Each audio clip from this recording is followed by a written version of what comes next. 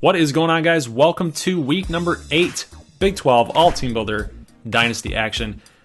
In today's video, I've got 4 games on tap for you guys, and I know my brother's going to freak out about seeing the standings here, but don't worry, dude. I did them all in order, so nobody is going to be able to tell who won what game early. Okay, cool. I'm glad we settled that out, because he's not actually here. I'm doing it solo run today. So we got Amarillo, Odessa State action here in game number 1 of our Wednesday video for week 8, and we got D.D. Dukes in at quarterback for Amarillo. And you know, guys, he's more athletic. I mean, you guys can see this run here up the middle for a nice little 11-yard run for Amarillo's offense. Like, this is a nice little needed spark here for this team. I mean, look at the spin moves, you know, 10-yard rush right there. Like, I mean, this guy's a ball. He's balling out. 3 rushes for 29 yards. I mean, it's saying something because it's Odessa, right? But I mean, look at the blocking. The blocking up front, 13-yard touchdown for D.D. Dukes, and Amarillo scores first on today's ball game. So I mean, when we look at that blocking, look at that. I mean, sealing off blocks. He wasn't even touched.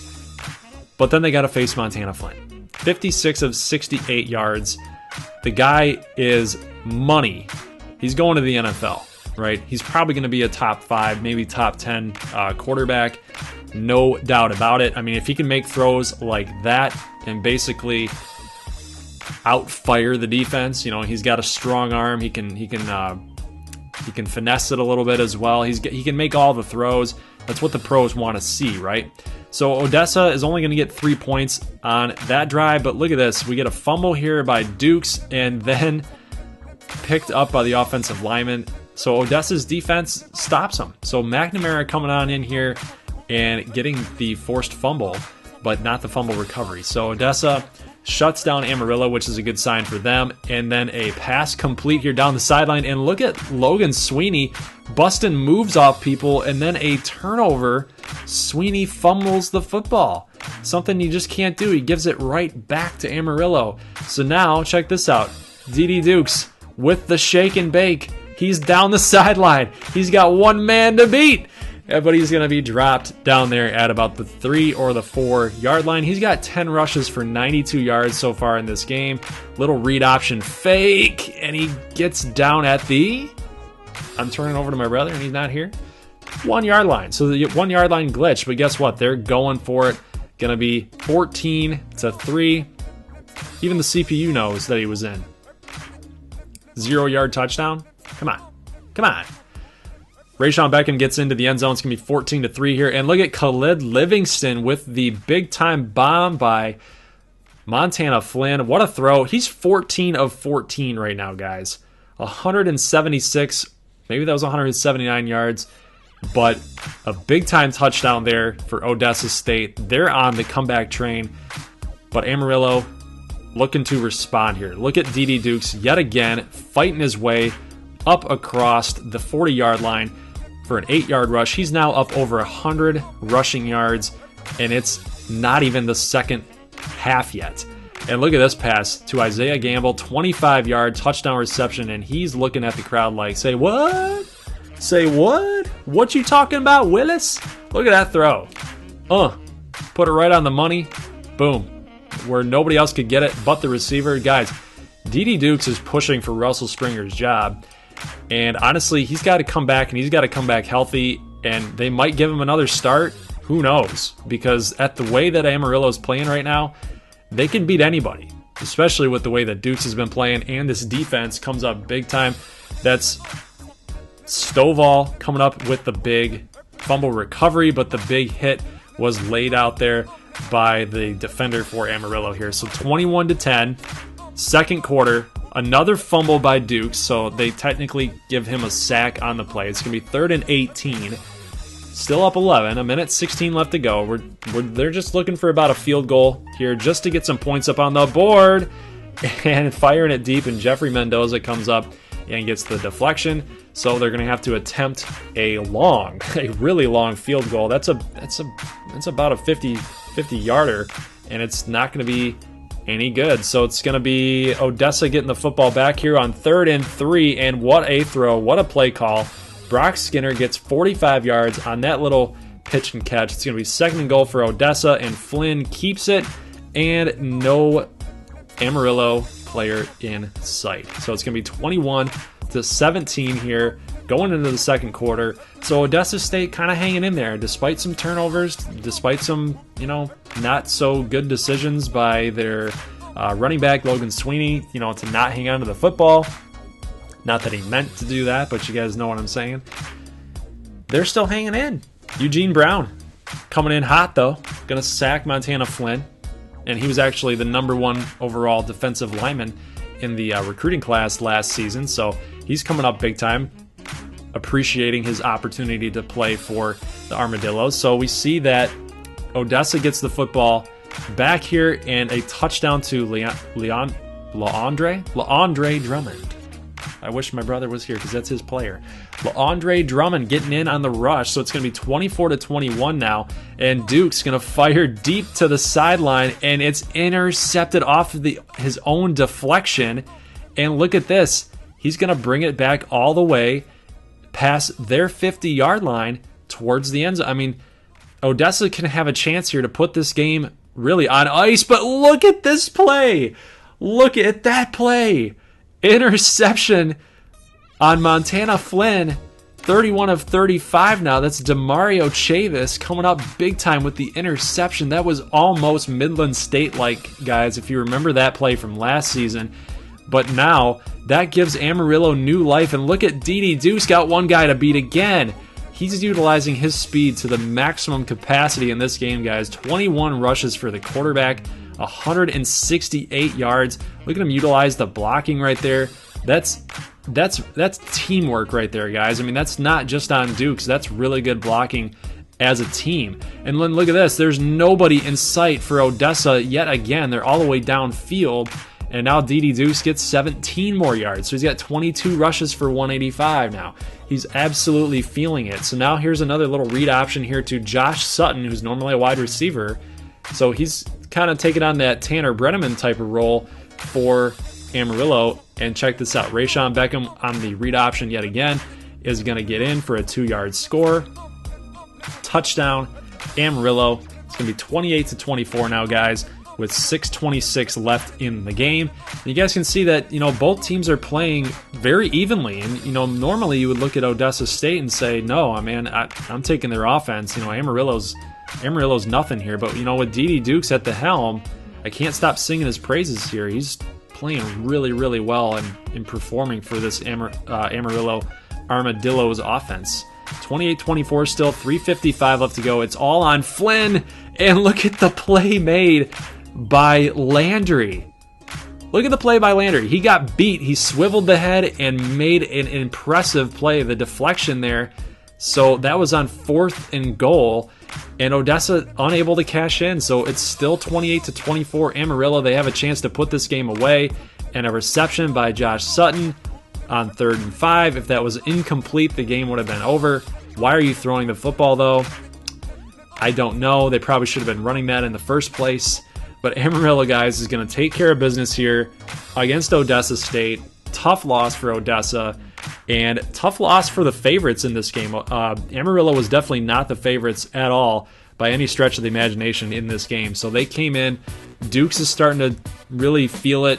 I think that this is a scary team moving forward here into this season. So now let's go ahead and talk about this game here. I wanted to do like a quick cut-up highlight reel for this game, but it was just too good. It was just too good, guys. Midland State, Kansas A&M. That stadium is beautiful. I love the tricolor or the dual color field with that amber color and the black. I just love it. I love it. But look at this. Can't get the interception. That's a defender for Kansas A&M. He just jumped too early. I don't know what that was, but Gerard Harper makes that catch on that bomb by C.J. Wicks. And look at this. Great play. Great play. Almost picked off. So on third and 6, they're going to have to settle for that incompletion and just settle for the field goal. So Midland State's up 3-0 here. Midland State should come into this game and really dominate. But Kansas A&M has something to say about that as Cody Mitchum gets 7 yards on that play. 2nd and 12, and a big-time hit put onto the fullback, Sidney Layton, guys. Boom. Look at that. When you're taking out Sidney Layton, you just landed a huge, huge hit on that man. That is not a boy. That is a man. So nice completion here. Cody Mitchum out there to looks like to be Aeneas Polk.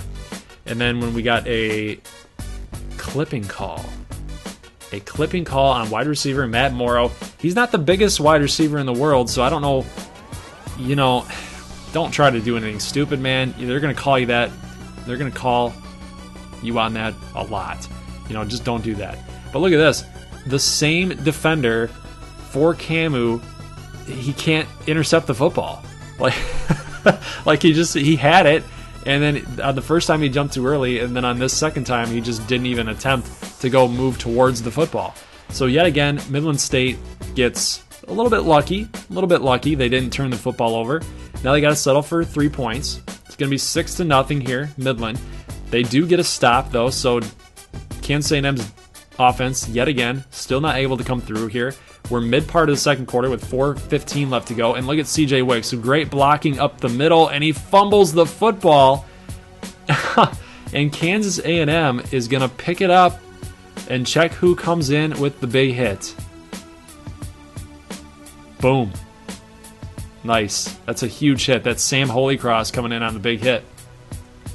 You can always tell Holycross when he's got the sleeves, that amber wave colored sleeves. All right, so we got KAMU on offense here. After this fumble, it's going to be 3rd and 14. They just can't get any positive yardage, guys, against this Midland State front seven. I mean, they just can't do it. So they do have to punt the football away. Layton on the carry. Just, again, they just didn't get any first down. Just nothing moving for this offense. Now CJ Wicks comes out and gets this touchdown. So it's going to be 13-0. And in the second quarter, with 1:43 left to go, a bomb out there to the sideline, going to be on 3rd and 10. Mitchum, almost at the half, is 2 of 6 right now. I don't know about you, but that is a terrible, terrible stat line. Look at the numbers. 9 passing yards, 22 rushing yards. They only have a minute less in time of possession. So all that tells me, and look at this, like they try even screen passes and it's just not working. Mitchum just is not having a very good game at all. Look at the blocking. They just have way too much pressure. Way too much pressure from Midland State. Mitchum just cannot seem to figure these guys out. 3rd and 8 here. He finally does get some blocking and he's going to attempt to get that first down. But again, stuffed by Midland State's D. These guys are bad cookies, man. It's already 16-0 here, late in the third quarter, and CJ Wicks firing it deep, but a great play out there by Theo Keener. What a play. The linebacker coming up big time in the end zone, somewhere where he's usually not supposed to be as a linebacker. But look at Jake Fritz. We saw him last week against Ardmore, actually 2 weeks ago against Ardmore. And, for a smaller guy, he definitely packs a little bit of a punch. So I liked seeing that out of him. But look at this, a fourth quarter, just to start the fourth quarter, and Mitchum throws an interception on the sideline. He's 3 of 12 for 13 yards and nothing to show for it. Guys, this is on the verge of an absolute rout. 3rd and 9, got to get a stop for KAMU, and they do. So luckily for KAMU, they can kind of stop the bleeding here. I mean, look at the numbers: 56 yards against this Kansas A&M offense, 2 sacks, an interception. I mean, it's just not working for him. But guess what, guys? We have a change at quarterback. It's going to be freshman Jace Freeman. So he's a lot lower of an overall rating than his counterpart, Cody Mitchum. He doesn't run the football a whole lot. He's not really an option type of quarterback. He can run the option like what KAMU likes him to do, but he's more of a thrower. And now that they're down by 19 with 5 minutes left to go, now they're deciding to put him in here and see what he's got.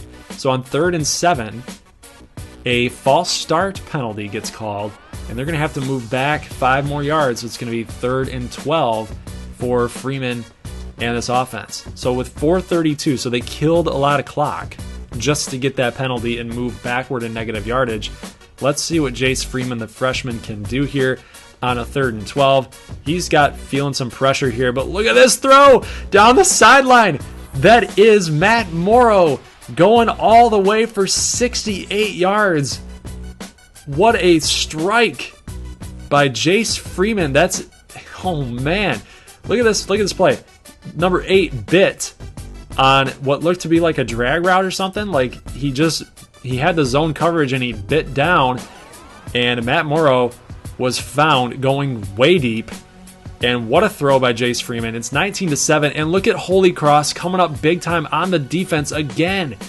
That's his 2nd forced fumble on the game. He read this perfectly, and that almost, guys, looked like that Reggie Bush hit from when he was a New Orleans Saint. If you guys go look that up in that NFC playoff game against the Eagles, yeah, that looked like that type of hit. But look at this play. Oh my goodness. Jace Freeman coming up big time. That's another reception by Matt Morrow. I mean, this guy is unreal right now. He just fit that football right in between 4 Midland State defenders, and Jake Fritz finds himself into the end zone here, 19-14, but KAMU defense got to get a stop, and look what happens here. Keener, yet again, getting in and getting the deflection. Actually, that's Halsey. That's Halsey getting in on a deflection. So with 1:52 left to go, KAMU can win this game with a touchdown for 21-19, right? They got to be able to move the football down the field, though, and not take negative yardage. So somehow, some way, the changing quarterback is leading KAMU down the field and possibly a potential game-winning drive. And look at this on 4th and inches. Jace Freeman coming up with a 6-yard rush. They do have to call a timeout. Here they are here past the 50-yard line, and look at Jace Freeman going deep. Touchdown to Dontari Weeks for 36 yards. 10 of 14 for Jace Freeman, over 100 and I think that's a 60 or 90. I don't know. I'm too excited. 20-19 right now, guys. This is unreal. So they have to go for 2 here to go up 3 points, and they're doing their option like they know how to do. The fans are going crazy right now at Kansas A&M. It's 22-19. CJ Wicks and company have to get a field goal. They got to get in a field goal position, and that is not how you do it. You're not throwing laterally. You got to throw vertically, man. You can't be doing that. And then to get a holding call on top of this, Claudio Keller going to push his offense back 10 yards. Going to be 1st and 20. Now they're going with a screen to Keller, and it's stuffed. That is stuffed by Keener right there. It's going to be 2nd and 21, 16 seconds left. And they're going with another screen and another stop. That's Halsey on the play, on the tackle. So we got 12 seconds left, guys. Midland State using the timeout.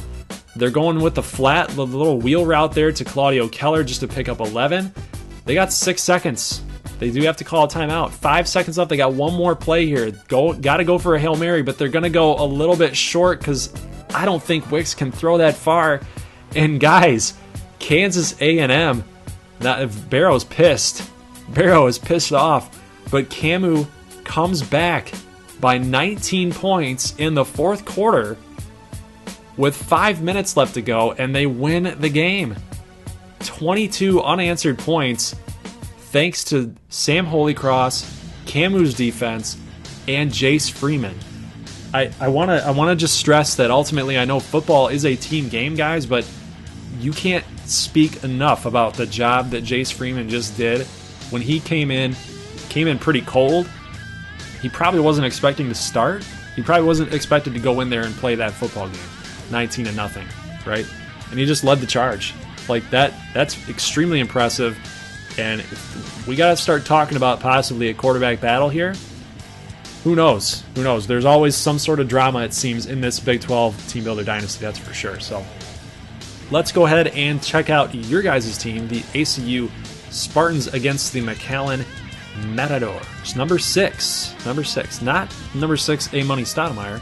Actually, they're number 5. ACU is number 5. Excuse me, I'm sorry. But we got Stoudemire. We got a big-time offense for ACU against a big-time offense against McAllen. Tyler Kerp showing his muscle as he out-muscles a McAllen defender right there, a McAllen corner. Then we see this catch. Look at this catch by Joe Johnson Jr. Unreal. This guy constantly makes solid plays at the wideout position. Crispy Simmons going to get into the end zone here for a 3-yard touchdown, so it's going to be 7-0 ACU. I'm not surprised. You guys probably shouldn't be either that ACU is playing really well yet again here on offense. And look at Marlon Malloy going to get stuffed by Matthew Kennedy, just beat his man off the line, and then had to make that tackle against a pretty athletic running back too. So a really good play out there by Matthew Kennedy. Carson Jackson with the diving catch. And reports are, like I've said, guys, on the website, he's getting pretty frustrated with the way that McAllen has been playing and not really feeding him the football. And you guys can see it on that catch right there too. He had to make a dive for that, and he was wide open. Rodriguez has to be a little bit more accurate than what he has shown in recent games here. Like that throw, that's a throw that you want to make, but his receiver just got destroyed. So we also have an illegal touching call on the wide receiver that made that catch. It'll be 3rd and 15 now, and going deep, and look at that grab. Blake Bonaventura for 34 yards. Rodriguez doesn't have much of a throwing arm. He's more soft throw, which obviously you think would be more conducive to being more accurate, which probably isn't the case in a lot of these games here. That's why he's going to run the football instead of throw it into tightly contested coverage here. Rodriguez gets in for 7.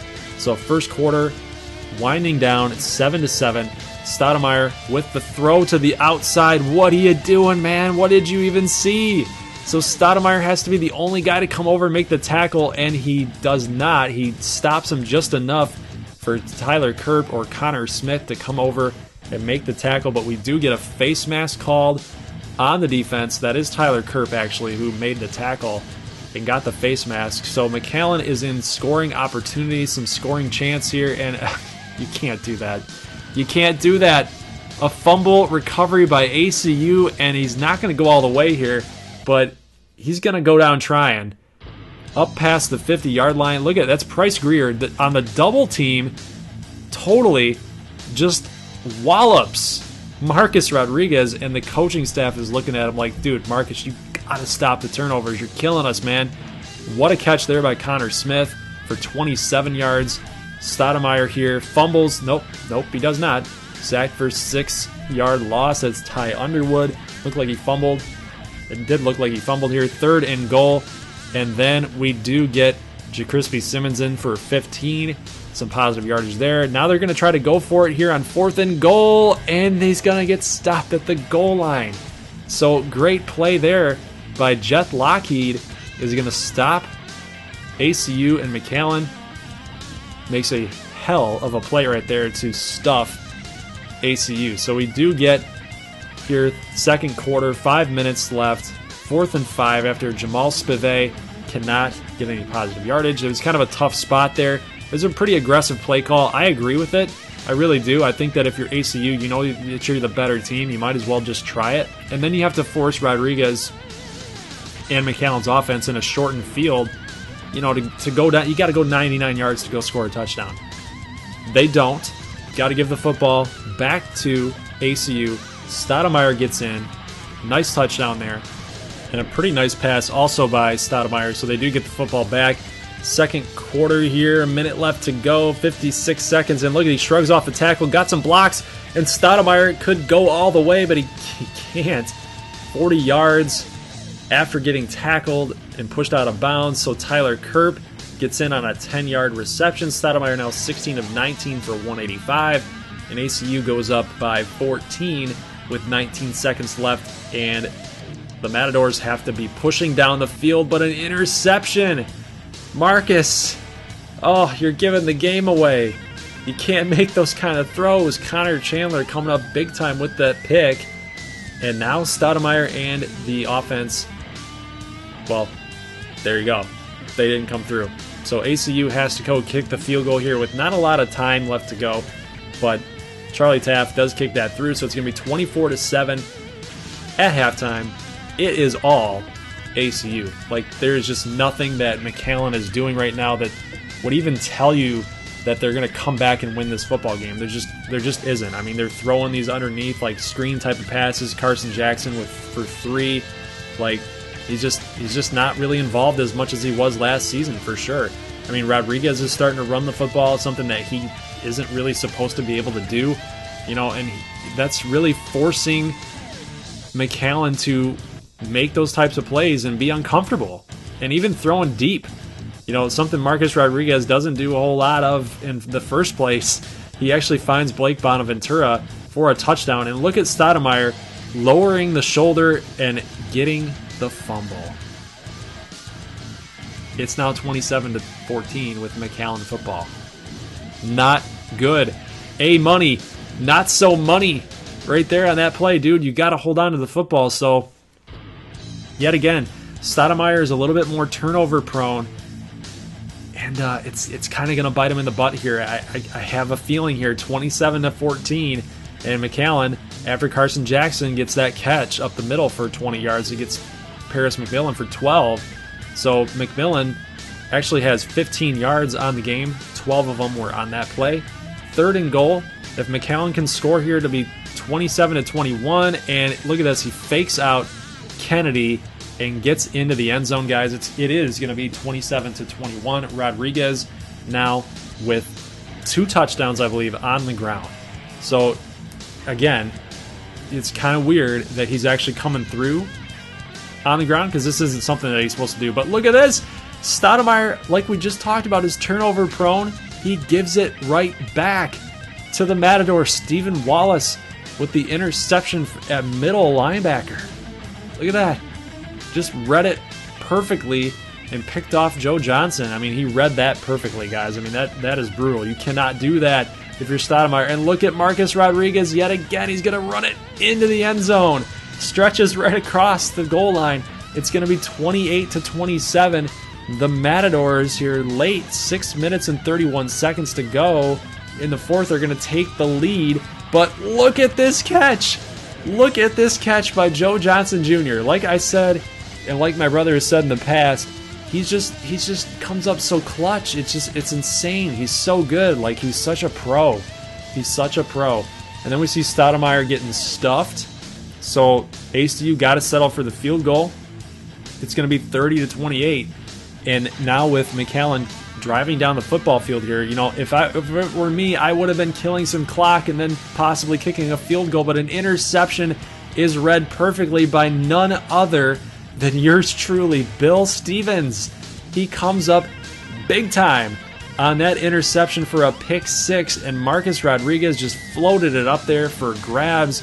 And Stevens, who has come through so many times in these simmed games, comes through yet again. And guess who he picks off? Carson Jackson. Unreal. So 37-28 now. Rodriguez got to fire it deep, and nothing doing on 3rd and 10.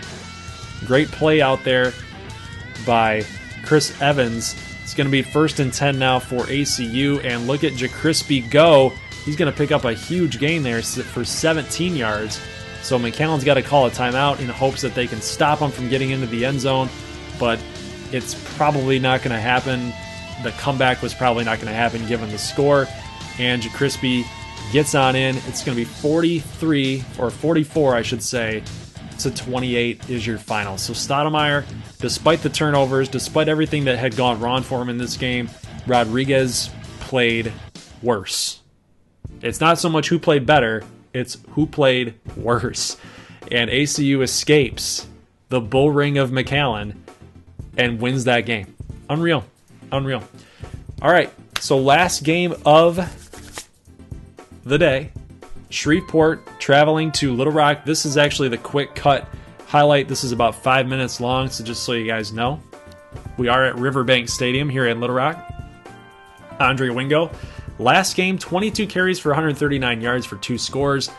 Little Rock's defense is pretty good, though. I don't think that, other than Alabama, I don't think Shreveport has played a defense as good as Little Rock's. I mean, you guys can see their speed, right? Off tackle and that pulling guard, it's amazing to see how Little Rock's defense has that much speed to cover and get to Andre Wingo.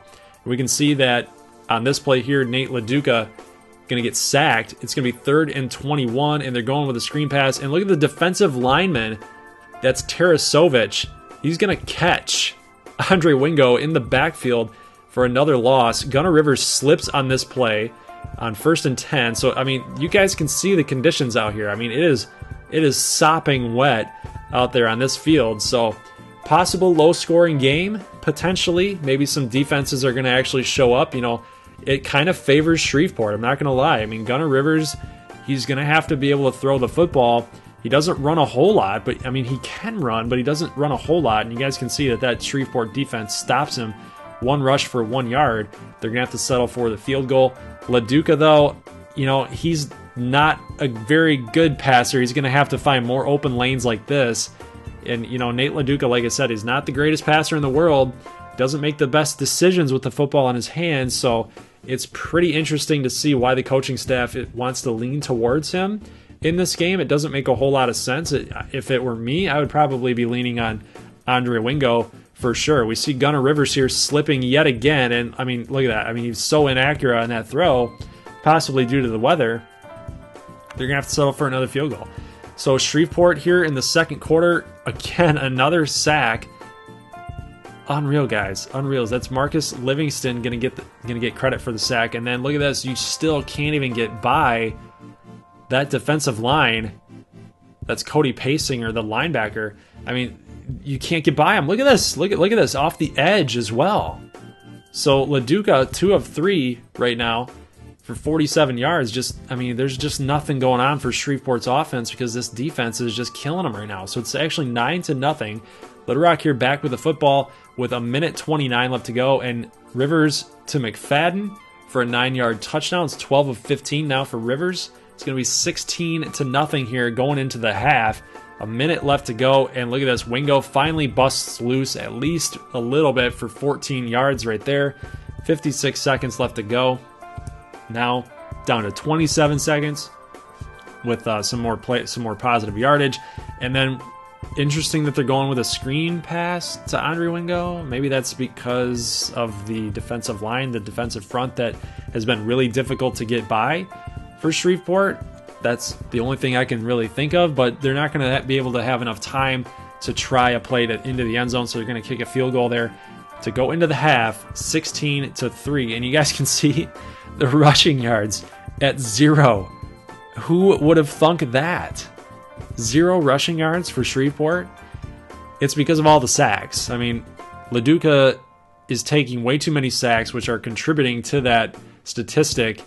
Andre Wingo is definitely more in the positive range of that, but, you know, they've offset each other. Everything that LaDuca has done in sack total, Wingo has done in positive yardage. So basically, it's a net 0. It's not even a net gain. It's not even a net loss. But we see here that Shreveport gives up another touchdown. Well, it's another touchdown. Shamar McFadden with 2 touchdowns on the game. Nice little catch there by him. It's going to be 23-3, and it's not looking too good.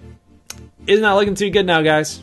After this interception, LaDuca thrown to the sideline, and they're going to be down 20 points right now. That's Jeremiah Price with the pick. They could potentially be down by 27 points if Shreveport gives up another touchdown. And Rivers going to fire it deep out there to the sideline. They were 3rd and goal right there after some penalties, after some sacks, and that's really what led them to be 3rd and goal when they're not really in goal. So 4th and 5 here with 2 minutes and 34 seconds left to go. Andre Wingo with this reception. It's going to be a turnover though. And guys, this game's over. So Shreveport drops another tough one. And surprisingly enough, Little Rock is actually looking pretty decent right now. They moved to 6-1. So Gunnar Rivers, guys, was the answer for this team. They've always had a pretty good offense or a pretty good defense. They just needed a guy to take over the helm at quarterback and push the needle in a positive direction. So I'll see you guys for week number 9 previews. All right, guys, so taking a look here at week number 9, I've already advanced into next week. So everything that you see here up on the screen is updated. And because we're not doing a Wednesday update video on Thursday or Friday to prep you guys for the Saturday games, which is week number 9, that's what I'm going to be doing here in this one. So we got KAMU against Amarillo. Big game for both teams here. really big game for both teams, because when you guys look at their next few games in their schedule, taking a look here at Amarillo, they got a tough game against KAMU. They can beat anybody. We just saw how they beat Midland State, so they can definitely hang with anybody. Little Rock's being a formidable opponent for everybody too. Denver Tech, they get 6-0. They have to go at Nebraska State, which is obviously always a very tough game, and then they got to go at Midland to finish out the season. So this Amarillo team has to win every possible game that they can, and against this Kansas A&M team, that might be more difficult than they actually think. Because when you guys look here at their first few games, they were scoring a ton of points, right? And then they lost against Kansas State in a heartbreaker. And then they lost by 3 to Ardmore. But then they put up a ton of points against Broken Arrow. And then they barely squeaked out a victory against Midland. So almost like Ardmore usually does, they squeak out victories. They're proving to be a team that just kind of knows how to win, right? It would not be evident in these two games, but if those were treated as outliers, they seem to figure out ways to get W's. Now against this Amarillo team, it's going to be pretty interesting to see how they fare, because they also have a tough schedule. They got to bring Denver Tech into their place. They got to bring ACU into their place still, and then they got to travel to Nebraska State and Odessa, which obviously is a really good offense, right? So all you need is one. If you're KAMU, all you need is one. If you're Amarillo, you're gonna need 2, possibly 3, and that's more difficult than I think a lot of people are thinking right now. So when we go look at this matchup, I'm probably gonna take Amarillo in this game, because I think that their backs are up against the wall. I think this offense has really come through for them in recent games. You wouldn't know it with this score against ACU, but that's ACU. I mean, that's ACU. Arizona, Shreveport, I mean, they're scoring points, guys. And now that they have D.D. Dukes, a more athletic type of quarterback, I think Amarillo is going to get the job done at home. I think Kansas A&M might be playing over their heads a little bit. I know they know how to win, but I think they might be playing over their heads having to travel at Amarillo. Denver Tech at Ardmore. Yet again, like I said, another big game for us. Turnover differential might be a deciding factor here in this game. Denver Tech knows how to take the ball away from the offense. 8 turnovers already. Well, plus 8 turnovers already. Number 5 in the nation. Number 2 in points per game. We're hanging in there a little bit. We like to just average 111 yards per rushing offense per game. I mean, that's really where we're at. I mean, we don't try to, push the envelope with our running attack. As long as if we feel like we get to 100 yards, we're going to be in most games, we're going to be winning most games, but we definitely like to throw it, and you guys can see that we're number 24 in the nation on that. So we like to go deep downfield. We like to be able to stretch the field and get those big time plays, which I think might prove costly for us. We might need to change up our strategy against Denver Tech, because when they're running the football on you, they're killing a lot of clock. And with as solid as a defense as they have, if you can't run the football and if you're trying to take deep shots down the field, that defense is probably going to kill you. And look at that turnover differential like we just talked about. The more times you put the football up in the air, the more likely it's going to get picked off, the more likely a turnover is bound to happen, right? There's only one bad thing that can happen when you're running the football, is you go backwards, right? When you're throwing the football, you can get sacked, you can get an incomplete pass, or you can get an interception. There's 3 things that can go wrong. Very risky, right? I'm probably taking Denver Tech. I think our run right here is over, going undefeated. I think we're going to finish 6-1 after week number 9. Not finish, but I think we're going to regress to 6-1 after week number 9. I think Denver Tech is still too good. Broken Arrow at Nebraska State. I'm going to take Nebraska State. I think that he's just finally got his feel for his team.